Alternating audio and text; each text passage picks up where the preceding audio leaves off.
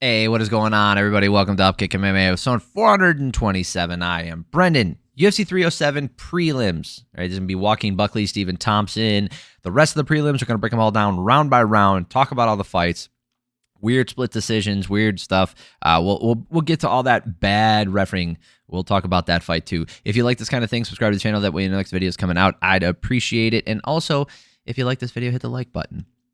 All right, like I'd say at the top of all these videos.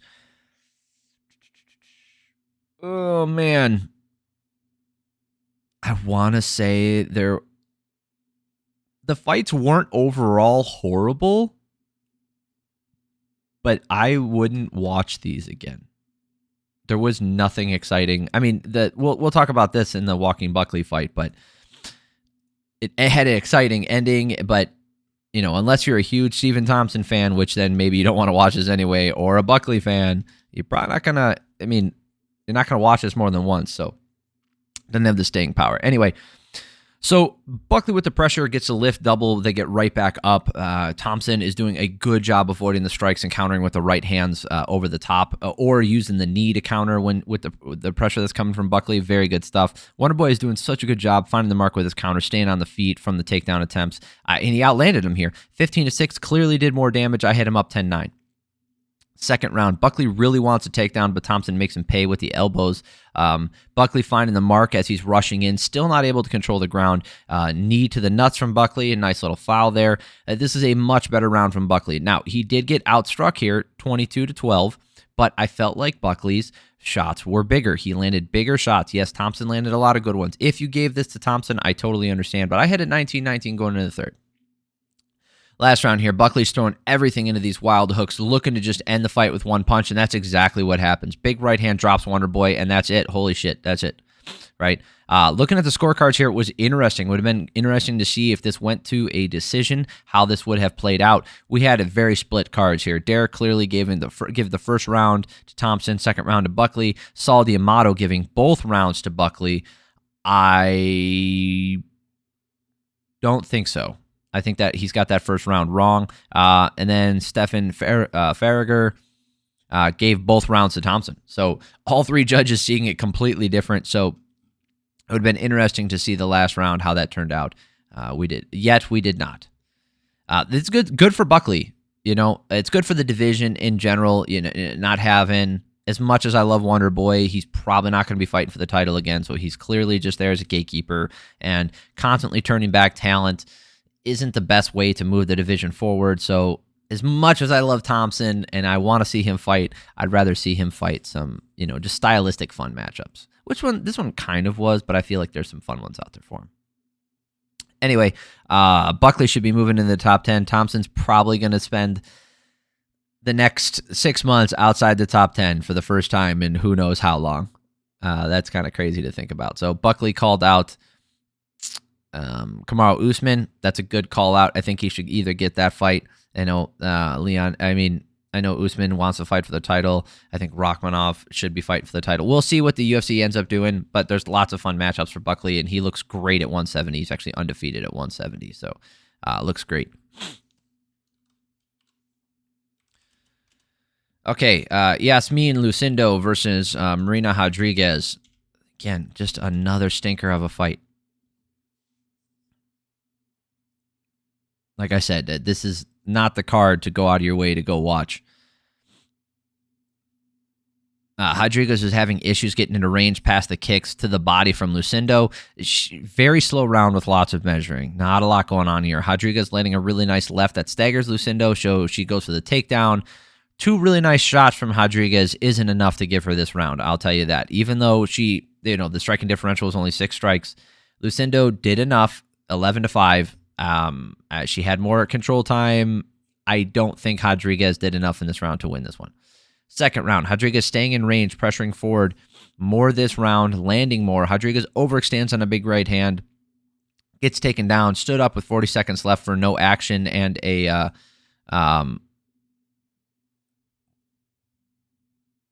yes. And then still, it was just toward Rodriguez did outland here 16-10.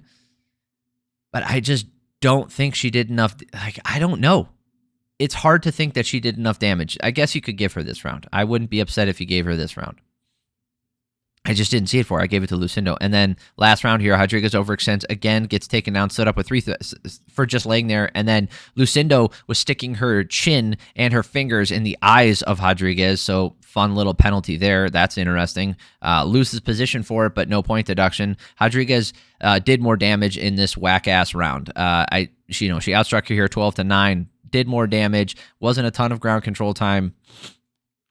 Got stood up and penalized for that. So I had a 29-28 for Lucindo. Looking at the scorecards, they all over the place. Sure are. Steven Farragher gave the first and last round to Rodriguez. What? Mike Bell gave the first 2 rounds to Lucindo, and then Dan First gave the last 2 rounds to Lucindo. So everybody thought Lucindo won the second round. It was the first and last round that they went back and forth on. God dang. Bad scorecards.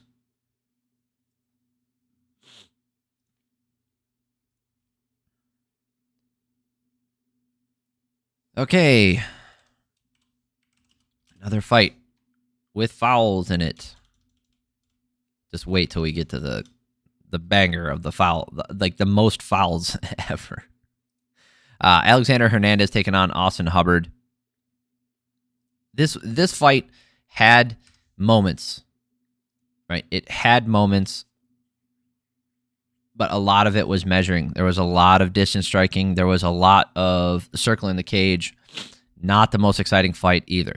Hubbard with the pressure, Hernandez circling the outside of the cage, planting every so often to counter. Hubbard landing that lead left hook as he's backing up, and Hernandez wobbled for just a second. Neither guy can land sustained offense, but Hernandez seems to be finding the mark more often.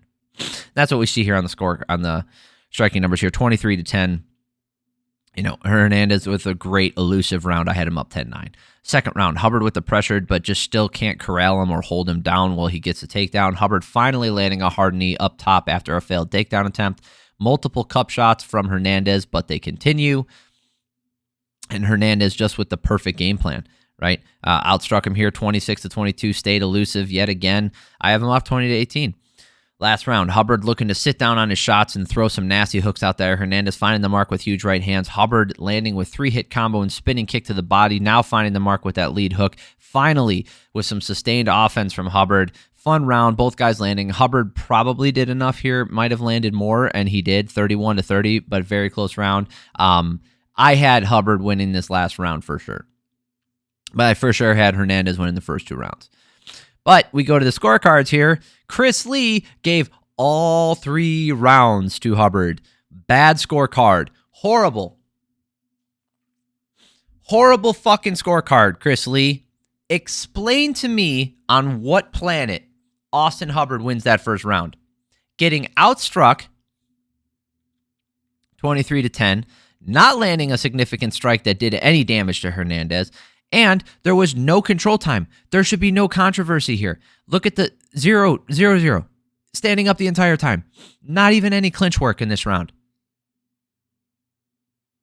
There's nothing. So how do you give this to Hubbard? How does Chris Lee give this to Hubbard? How is that possible? Horrible, horrible scorecard. And then the second round, even though it's closer, still fucked up. Chris Lee, like, if he gave the second and the third round to Hubbard, I could buy that second round. I could buy it. Again, I don't agree with it, but I could buy it. That first round just means he wasn't fucking paying attention. Not paying attention to anything Hernandez was doing. I don't even know if he was paying attention to the fight. The other 2 judges, Steven Farragher and Dan First, both see the first 2 rounds for Hernandez. That's how it should have been. I think that this, again, horrible scorecard. It's going to go, no one's going to talk about it because it's going to fly under the radar. It was an early fight on the prelims, and the right guy ended up winning, but Chris Lee throws out, yet again, another fucking stinker. Absolutely horrible. All right, this is the most fucked up fight on this card by far. Not even close. This fight should be a no contest. There is no argument that you can make to me that makes me think that this fight was fought in a fair and balanced manner and that the referee did his job. Dave Seljestad, you sucked I'm not saying you're a bad person. This was a horrible, horrible job of refereeing. You are fucking horrendous, or you were horrendous. This was bad. This should go down as a no contest. This was not a win. Not for the fact that Almeida, I think, didn't do more damage, but because of how this contest was executed. There was literally nothing fair about this. This was horrible. Okay. They are going 1-for-1 for kicks at range, then straights to the body. Technical start to this fight. It started very technical with stand-up. Almeida is slowly starting to pull away with the cleaner strikes landing as Potieria. Oh, yeah, sorry. It was Cesar Almeida versus Ihor Potieria. Almeida was out in front with the better shots in this first round. Outstruck him 23-16. Fine. This round, had the rest of the fight gone this way, there would be no problems. But immediately, second round, Almeida pokes him in the eye, and the ref doesn't stop it. The ref doesn't stop it. I understand that referees sometimes often they miss an eye poke, but for reasons that I will explain later as this fight continues, this was fucking horrible. And then immediately as they start, Almeida punches him in the nuts. Just a punch right to the nuts at range, not in the clinch or anything, not an uppercut, just bah, right in the dick. What the fuck is going on? Finally, he gets a break, and Potieria is not bothered by the nut shot. He's actually bothered by the eye poke that happened. We saw it on the replay. He clearly got poked in the eye. They start it back up, and again he gets poked in the eye, and again the referee doesn't want to stop it. He doesn't want to stop it. But then finally, his hand is forced because Potieria is basically huddled over against the cage, holding his eye. Still no point deduction because it's technically only two different fouls that he stopped it for. Potieria able to get the takedown, doesn't do much with it. He gets back up after and then falls into a guillotine. Almeida on top, laying out ground and pound, and it's his round. You cheat, you win. 22-10. Striking number. So I have him up 20-18. And then last round starts up, and there's another fucking eye poke. Potieria points to his eye, says he poked me in the eye, and the ref refuses to stop it. And then he's been poked yet again. Almeida landing clean right hands, probably easier now that Potieria can't see. It's probably easier to land, some punches. The ref separates them with no warning along the cage. So Potieria pushes him up against the cage. There's 30 seconds of clinch work. Not a lot of damage, not a lot of stuff. And I can understand, hey, giving him a warning, saying let's work to advance, work to finish, move forward, this kind of stuff. None of that. Immediately separates them, and then again separates them from the clinch. And then he does it again. This round was fucking horrible. I don't even care. Potieria probably should win this round, 18-12, but with the point deductions, it should be a 10-8 round. It should have been two 10-8 rounds. The last round should have been a 10-9, and this round should have, or 9-9, and this one should have been a 10-8. So Potieria should have won this fight based off all the fucking fouls that happened, but that didn't happen. Let's look at the scorecards here. So Stephen Farragher and Dan First give all 3 rounds to Almeida. Nobody fucking cares. The story of this was not the fight that actually happened. It was all the fouls that didn't get taken care of. This was horrible. You can't do this shit. This should be a no contest. I would 100% go to the commission and be like, look at all the fouls that were committed. I identified that I didn't continue the fight. I identified that I was poked in the eye. It happened multiple times before, and it happened again. And it kept happening, and you refused to stop the fight. You didn't even want to stop the fight, and then you took the position away from me. That argument of getting the separations against the fence, you're not going to win that argument, so don't go there. But I would absolutely point out all the eye pokes that happened in there and say that, listen, there should have been a point deduction, and there was none. He was given multiple times to clean up his act. He was warned about the fingers, and it didn't fucking matter. This was horrible. Bad fight. Ovince Preux taking on Ryan Spann. OSP still doing the damn thing. Just not able to get it up. I'm not even going to pull up stats. We don't need them. They are really cracking each other's legs. OSP kicks him in the cup. But you look in the replay, it was not the cup. So little false start there, or false stop. Great right hand from Spann leading to a couple times. He's swinging that hard.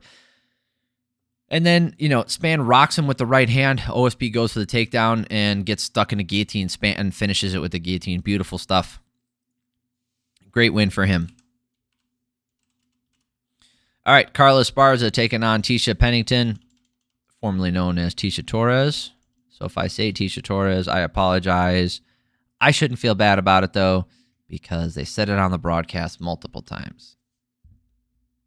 John Anik said Torres a couple times, and he's the best in the business, for what I'm told.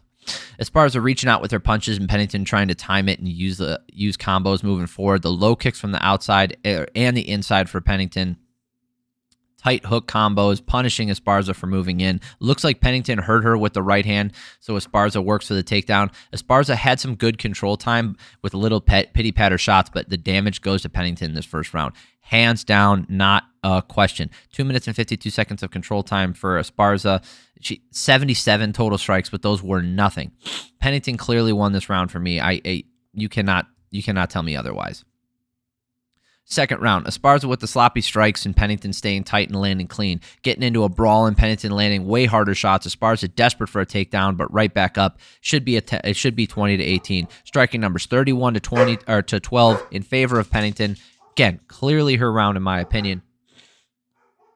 Going into the last round, tentative round. Most success early is the low kicks for Pennington. Esparza finding success with that left hand. Pennington countering well and digging in with the low kicks. Esparza gets a takedown with 20 seconds left and lands a good elbow in there, but she got outstruck 36-21, and you're going to give her the round because she landed one good strike to end the fight.